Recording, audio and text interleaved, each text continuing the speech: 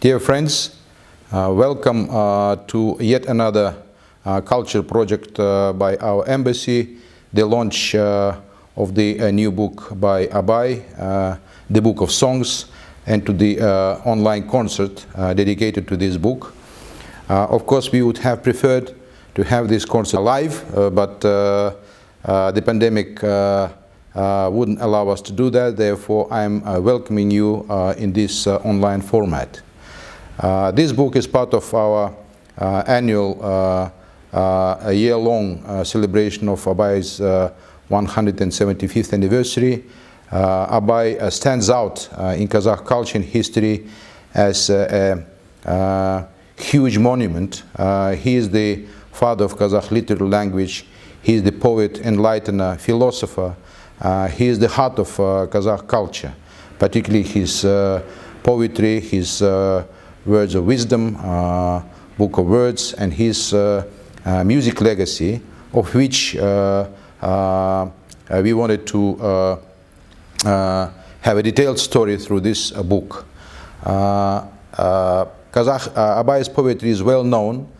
His philosophical cultural works are well known, but his music legacy is not that widely known in the world. Therefore, we have dedicated a special book to his music legacy. This book contains the most famous songs of Abai, performed by Kazakh performers in a traditional way, using the Kazakh national folk instrument called dombra, which is a pluck two-string instrument. The uniqueness of the book is that it has QR codes through which our foreign friends will be able to see live, to listen live, how these Abai poems were performed by ancient and modern Kazakh performers. This book is unique also because of the partnership which was the essence and the foundation of this book. First of all, I mean Professor John Burnside, outstanding Scottish poet, who gave his interpretation of Abai's and Kazakh poetry. I also would like to note Professor Simon Wills of the Guildhall School of Music and Drama, who gave his understanding, his interpretation of Kazakh music as a professional. Professor John Burnside and Professor Simon Wills were held by a group of young but very talented Kazakh to English translators, Zifa Avezova, Roza Kudabayeva, Aknur Tulibayeva, Asiya Isimbirdieva, who partnered with their British colleagues to give the best version of interpretation, understanding of Abai's poetry for foreign readers. I would like to thank the National Bureau of Translation, who was very instrumental in the production and publication of this book, and the head of the Bureau, Rawan Kenjihanule. I would like to also to thank the Kazakh National University of Arts and its head, our famous virtuoso violinist Ayman Musakhodjaeva, and her colleagues in the university who helped to produce this book. Without their performances of Kazakh songs for the foreign readers, that book wouldn't be complete. I think this is a unique project because this opens the world of Abai poetry music to the outside world, and we are very proud that through Kazakh songs and in their written form and as they are performed by the participants of the concert, the viewers and listeners and readers will be able to deeper understand the heart of Kazakh culture as it is presented through Abai works. Welcome to our concert. I hope that this will be yet another opportunity for you to open up a very wide and very diverse world of Kazakhstan. Thank you very much. We are glad to have Yerjan Maxim opening our concert. Yerjan is one of the most favorite voices of Kazakhstan and increasingly the world. Despite his young age of only 13, Yerzhan has already achieved a lot. He won the first place in the 2016 Batumi Dolphin Festival and second place in the 2017 Slavyansky Bazaar. In 2019, he was the winner of The Voice Kids Russia and came in second at the Junior Eurovision Song Contest. Yerzhan will perform Jevsiz Tunde Jaragay, The Moon, accompanied by his mentor, Elmira Akhmedyarova.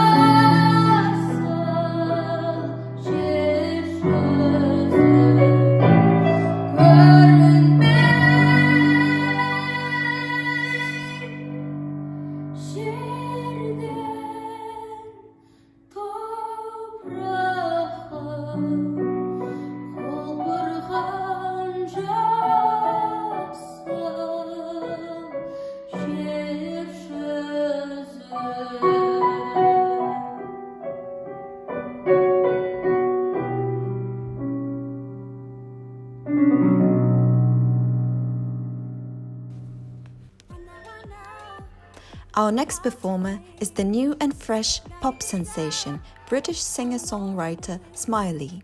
She began singing and dancing at a young age before gaining a place at the acclaimed Brit School. Smiley has dedicated her life to live performance, touring the UK and internationally. Please welcome Smiley, who will perform The Apple of My Eye, Gözümün Karası.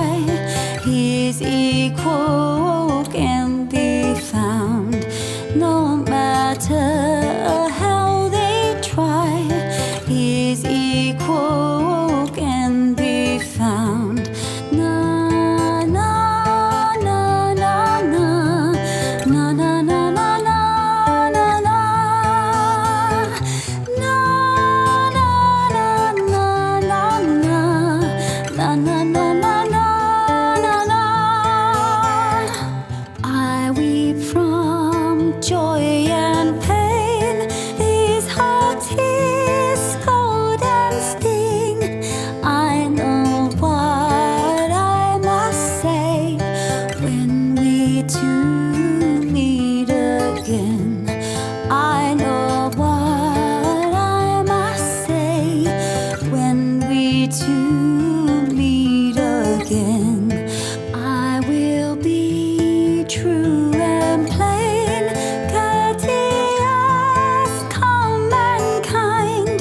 Nothing can bar my way.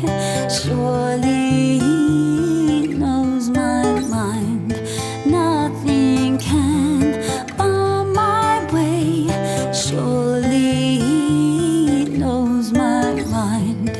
Na na na na na na na na na na na.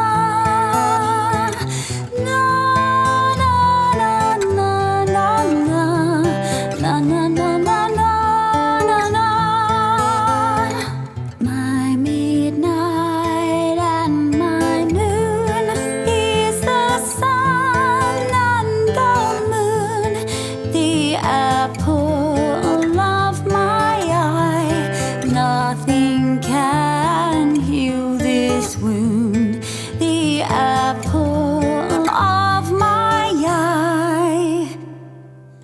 Nothing can heal this wound.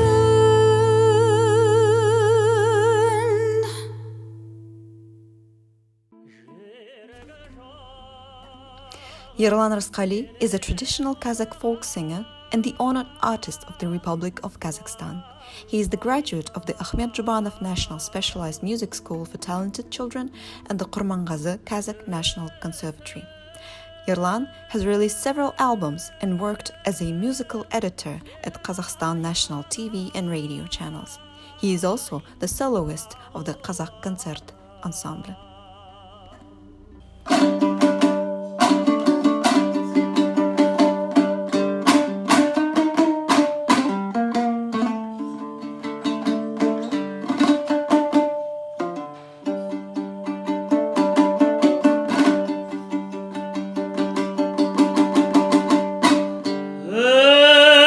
Ölsem oranama kara jersız bolmayman.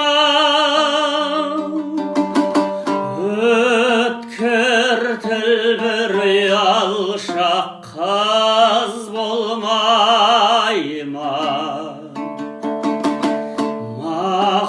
Mahabat gadavat bin maydanda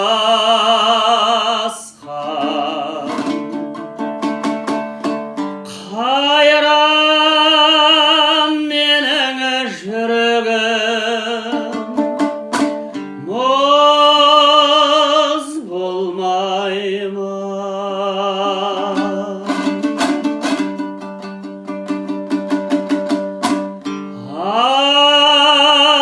Amalsız tağdır bir gün kez bolmayman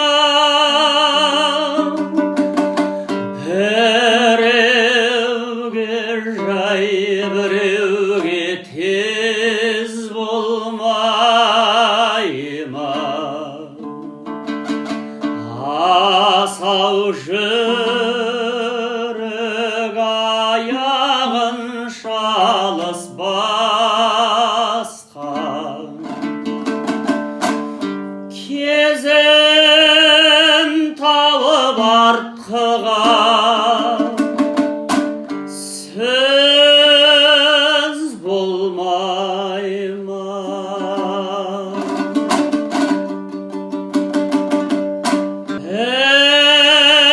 Eşime tolgan u menir saratım dördey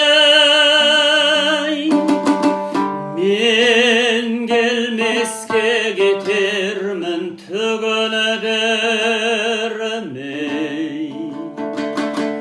Ölün şerken ösükşü jurtqa jayar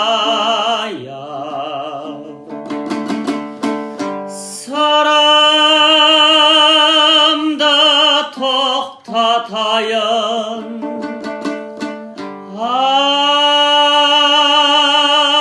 Ayta bermey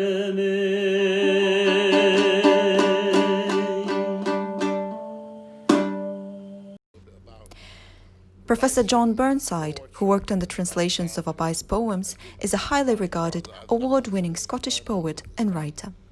He has published 16 poetry collections and 16 prose books, authored TV series and radio plays.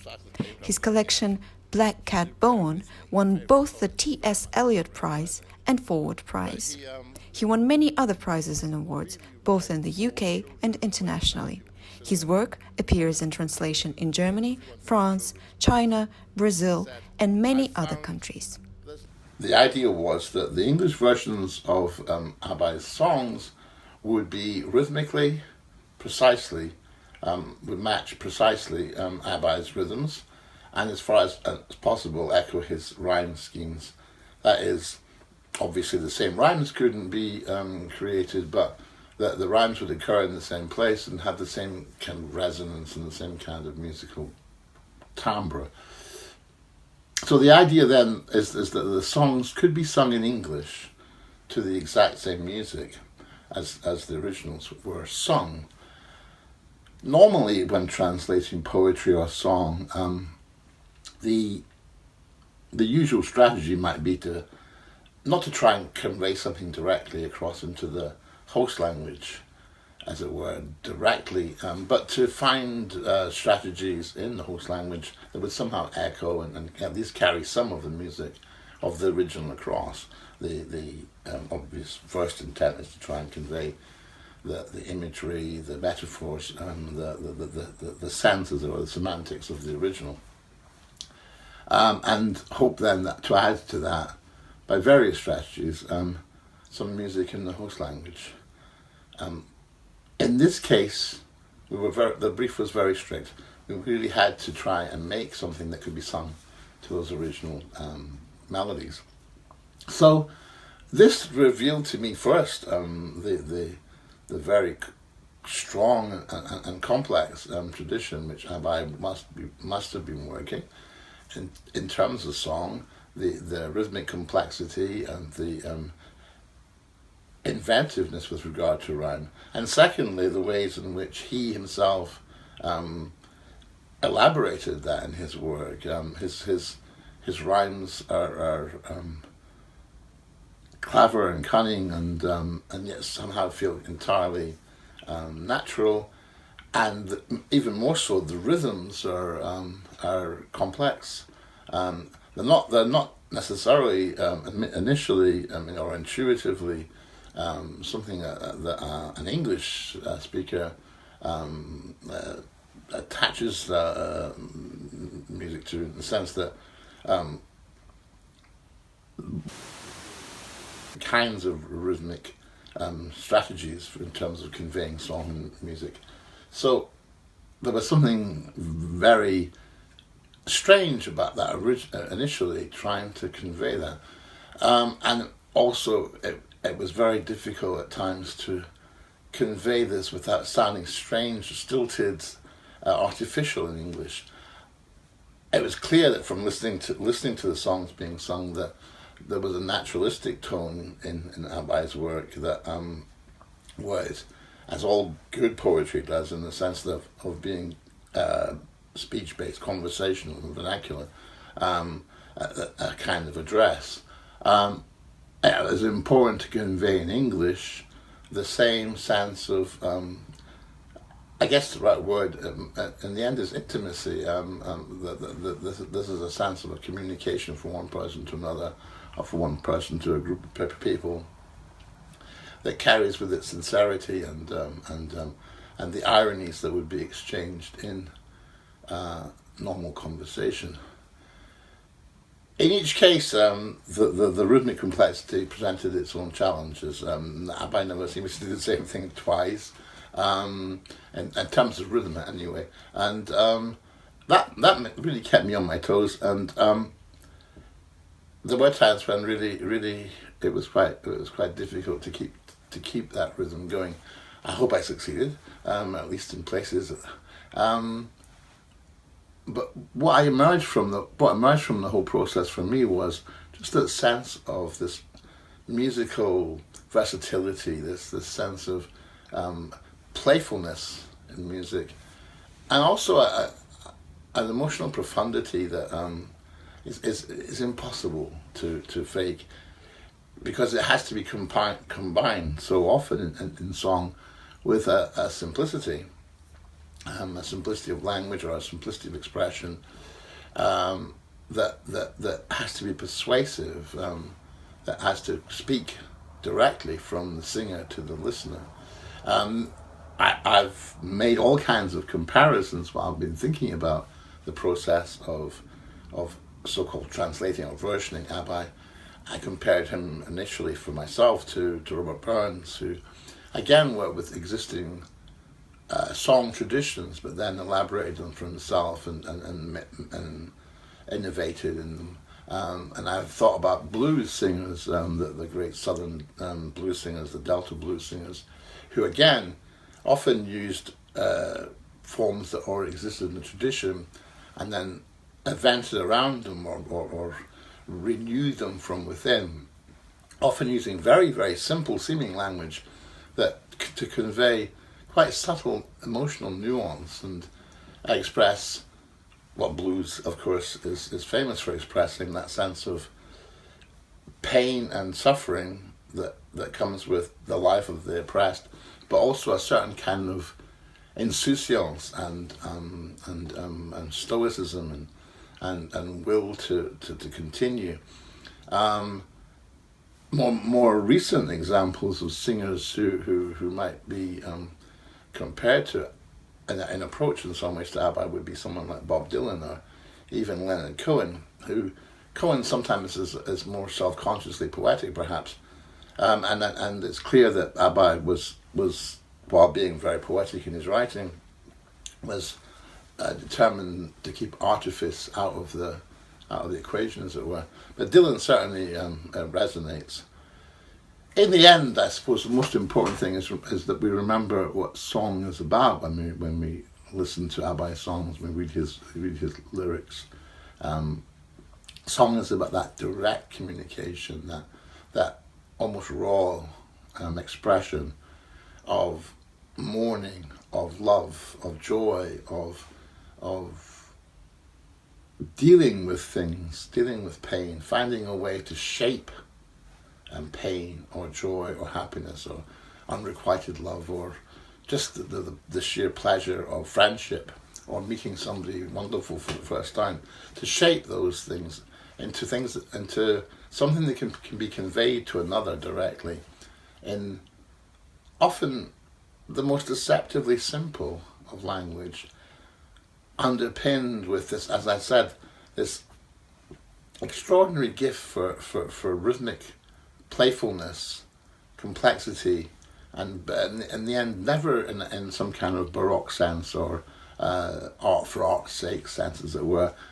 The complexities of the rhythm always serve the purpose of the song, the intention of the song, and add to the power of the emotion or the idea that's being conveyed. Abai's songs are a delight. I delighted in listening to them in their original expression. I'd love to hear them sung in the English versions, and I hope very much that they at least echo the beauty and the simple elegance of and artfulness of the originals. 21-year-old English soprano Josephine Hawthorne is currently studying at the Royal College of Music in London. She is the winner of the Concordia Foundation Singing Prize and twice a finalist in the Patricia Routledge Association of English Singers and Speakers. İlayda Deniz Oguz, who accompanies Josephine on the piano, is a talented Turkish pianist and composer and an undergraduate student at the Royal College of Music.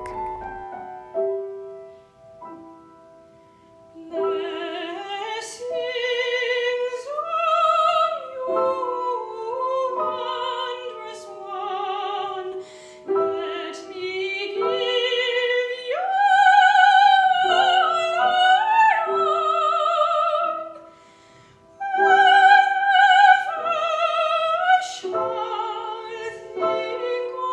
of you.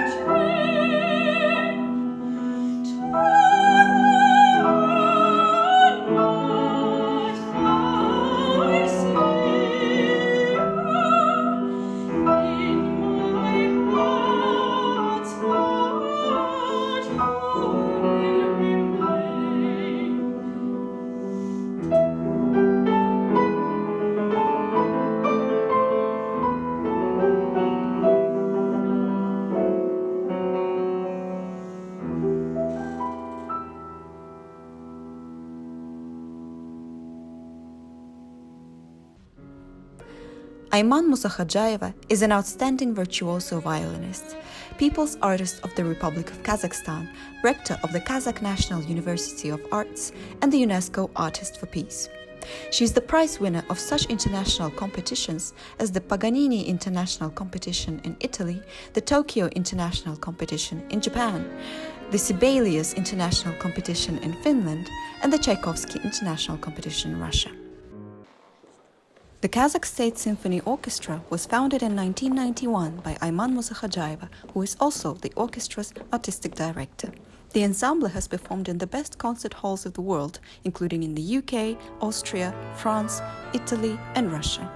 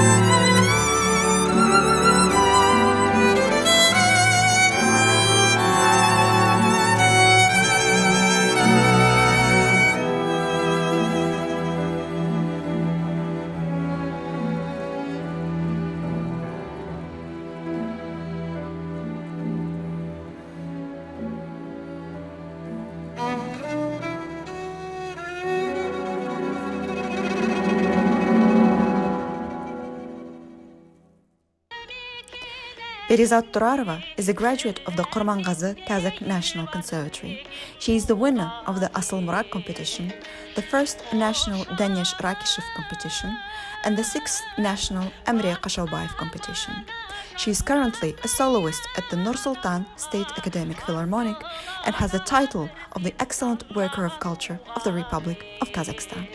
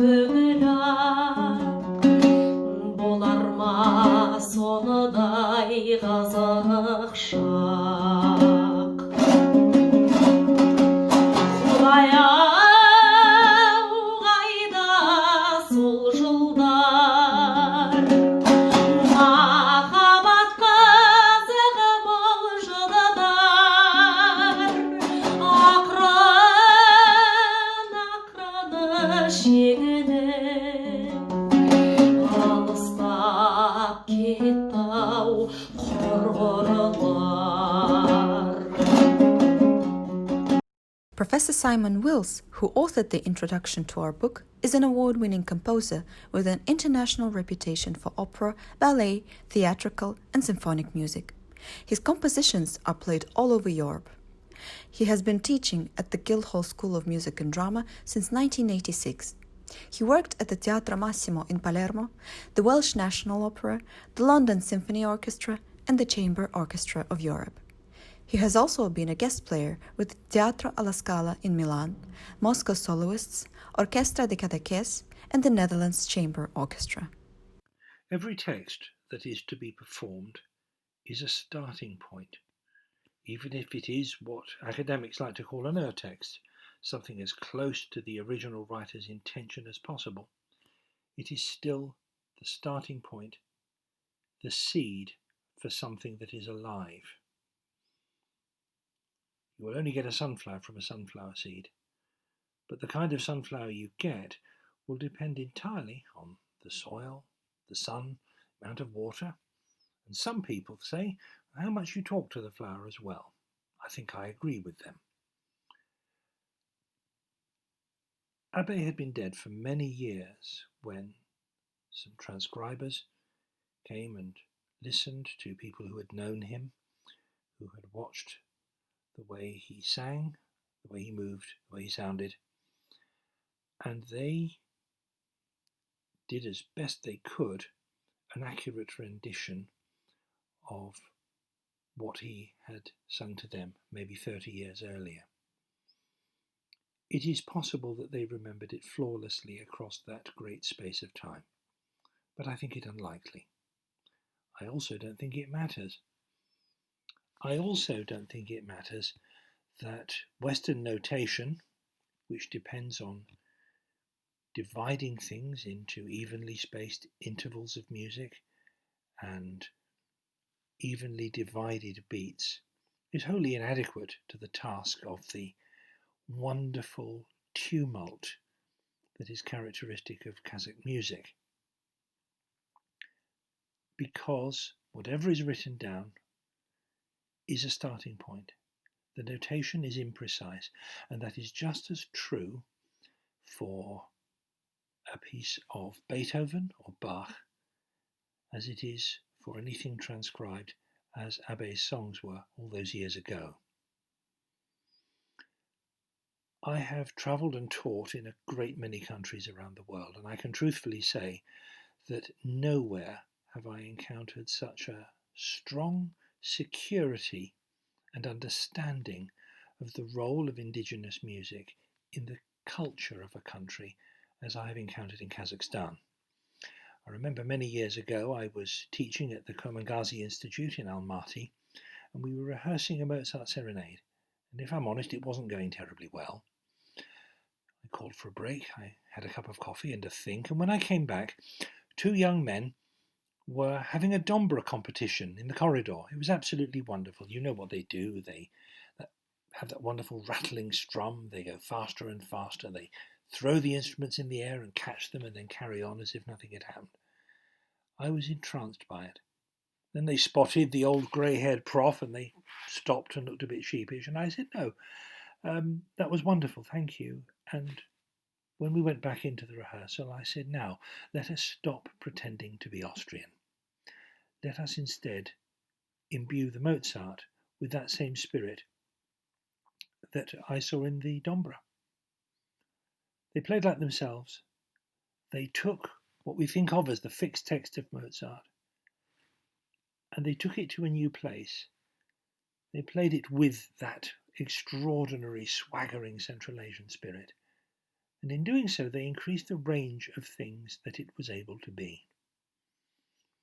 This is important when we consider these transcriptions. English is not Kazakh. Its stress pattern is different. The sounds in English are very, very different. The phonemes. To take a very simple word, forgive me, I'm English, not Kazakh, konambola. The sounds that you use to make that name don't exist in English, which is why, if you are a native Kazakh speaker, I expect you have just winced terribly at the way I tried to pronounce the great man's name. An English person looking into this book must, first of all, enjoy the glorious translations that John has made, and then look at the melodies at the back. Remember that they are not a set of instructions of things that you must do. Perhaps hardest of all for a Westerner, remove from your mind the conception of a mistake. There's no such thing, except perhaps not being faithful to the spirit of this. A melody has shape, it has texture, it has colour. Sometimes I think it has smell and taste as well. Look at those melodies, find the one that pleases you most, find the text that pleases you most, and then, like those Kazakh Dombra players playing Mozart, just open and see where it takes you.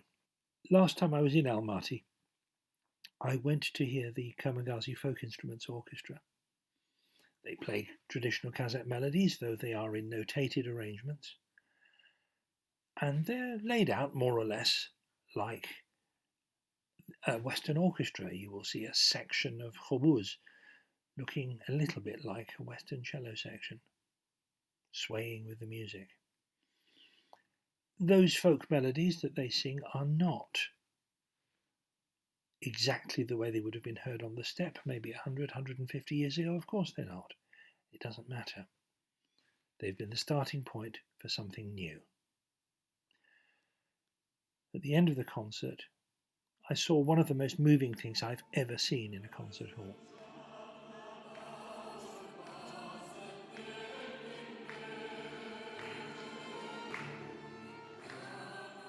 Three or four seats away from me, there were a couple of middle-aged ladies who stood, waved their hands in the most fluid movement as they sang along to the music. It was without doubt the best conducting I've ever seen.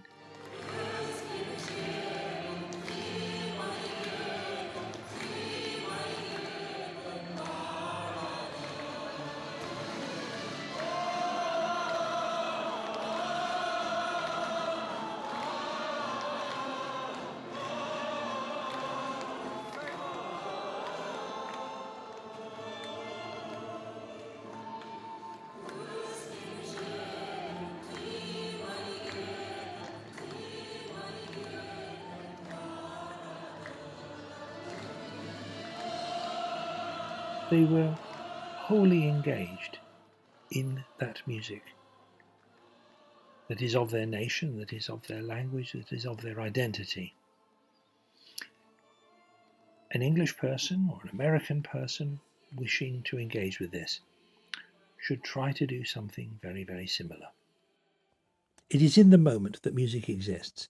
Yes, I know we can record it, but a recording is not the same thing as that moment of creation, and a culture of improvisation does it better than anybody else. I wonder what you will invent, what you will grow from the seeds in this book. It has been the most wonderful privilege to be involved in my small way with such a heartfelt and exciting project as this. Rustem Nurkenov is a famous Kazakh kusha or traditional musical performer.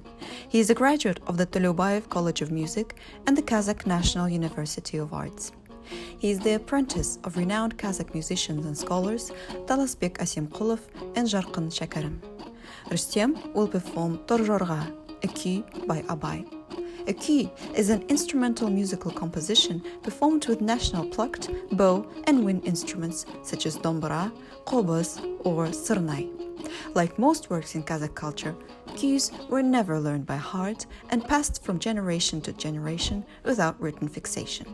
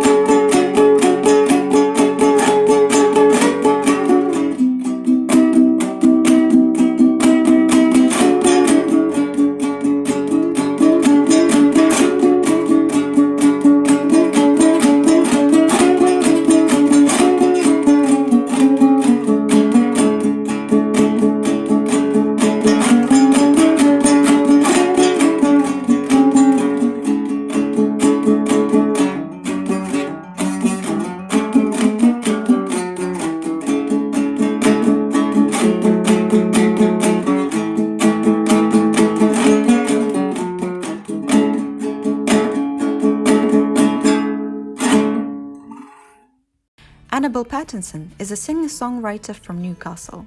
Annabel is taking her country rock sound to a new level, is one of the only women in the Northeast music industry to perform indie rock with a country twist. Annabel is marking her own territory. With a successful songwriting career, she has written 2 songs for TV series Two Wolves, an ancient Rome drama starring Dove Cameron. She will perform her unique interpretation of Abai's The Moon.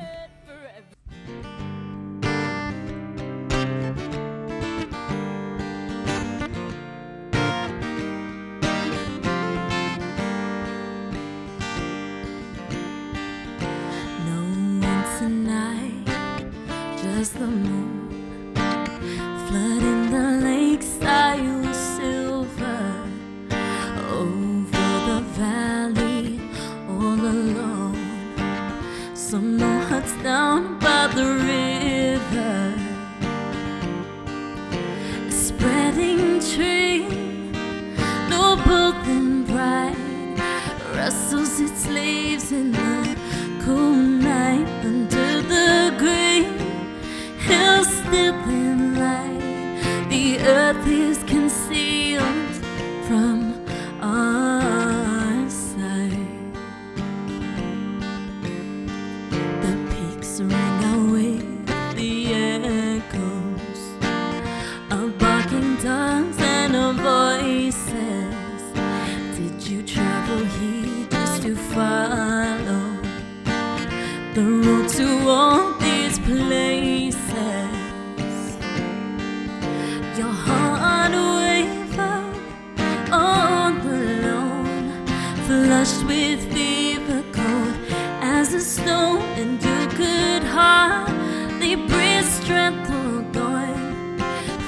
touched you for no reason.